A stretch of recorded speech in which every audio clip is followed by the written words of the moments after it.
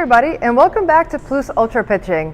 I hope that last week's video, learning how to slow down your changeup, has been helpful. I wanted to continue the theme and tell you about another common thing that I see when people are trying to learn this pitch. And that common thing is that their pitches tend to go very high. I found that a lot of times when pitchers miss with their changeup when they're first learning, it's going high. They're not really missing low or off to the side. And they often ask me why it's going up and what they can do to fix it. So let's cover that in this video.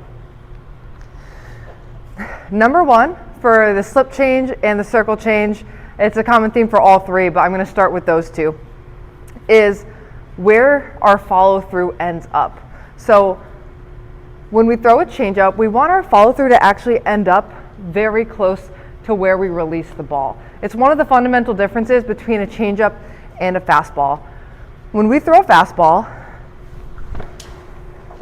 we can get away with our hand being out in front of us towards the catcher. In fact, that's exactly what we want, right? We don't want it high, low, whatever. We want it out in front of us, our fingers pointing down towards our front toes. When we throw our changeup, we want our release point to stay pretty much right next to our body. So the difference is, instead of releasing it out in front of us, we're bringing that release point back, and our fingers are going to be pointing directly down, almost next to the arch of our toes, instead of towards the front of our toes. So oftentimes what I see girls do is they release the ball too far out in front of them, here, as if it's a fastball, or that's where their follow through is, rather. And you can see that the pitch goes too high when I do that. Now let's see what happens when I keep that release right next to my hip. The ball stays nice and low. So that difference, it's a difference of only a couple inches, but it will make a huge change in your game if you implement this. Same thing goes for the flip change. Oftentimes if girls are throwing the flip change high, it's because when they're following through, their hand is coming up to their chest level instead of keeping it nice and low, kind of around their belly button level. So when girls throw it high, this is typically what I tend to see. Right? Look, my hand is up here at my chest. Instead of keeping your arm nice and low around your belly button height. So one of the biggest things that I see, can't emphasize this enough, is just where your follow through is ending up. We really want to make sure it ends up right next to our body, as close to where we release it as possible, and not out in front of us. It's a difference from the fastball, rather. So I want you to kind of get some practice reps in and really feel the difference between those two pitches. If you don't know where your follow through is, take a video of yourself. I'm a big fan of using video feedback to see how you're doing. So you can take a video, someone else could take a video, get the angle of your pitching side view, and see where your arm is ending up when you're done pitching your changeup, and from there you can start making adjustments backwards.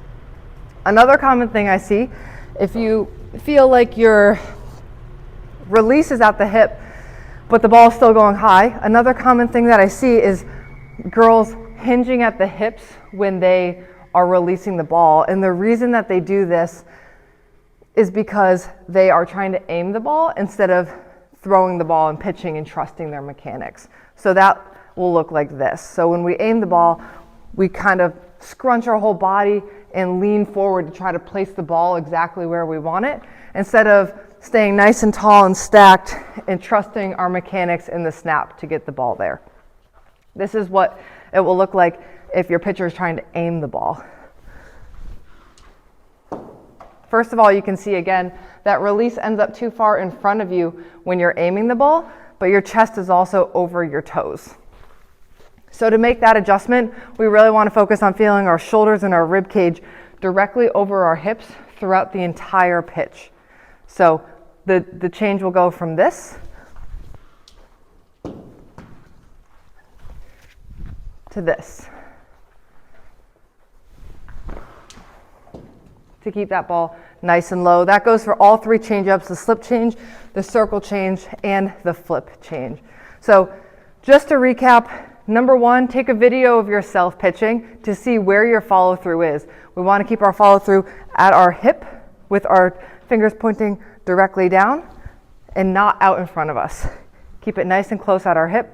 Number two is staying nice and tall and stacked in the body. So instead of hinging and trying to aim the ball, keep your shoulders and rib cage directly over your hips to release. I hope that this was helpful. If you have any questions, put them in the comments section below. If you haven't already, please subscribe to my channel. I put out new videos every week. If you have already subscribed, thank you so much. I really appreciate your support, and you really help, keep the videos coming week after week. Well, I will see you guys next week. Have fun with your change-up, and as always, plus ultra.